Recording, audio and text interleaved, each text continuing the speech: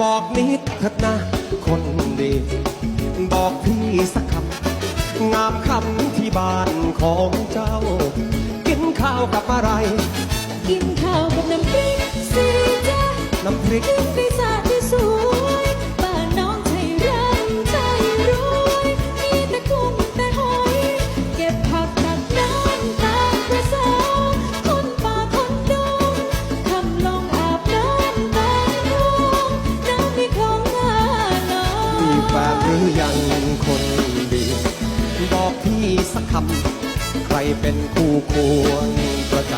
ำโชคดีเหนือใคร มีแฟนหรือยังคนดี บอกพี่เอาบุญ ขอเป็นคู่ควงแม่คุณ ว่าไงจ๊ะ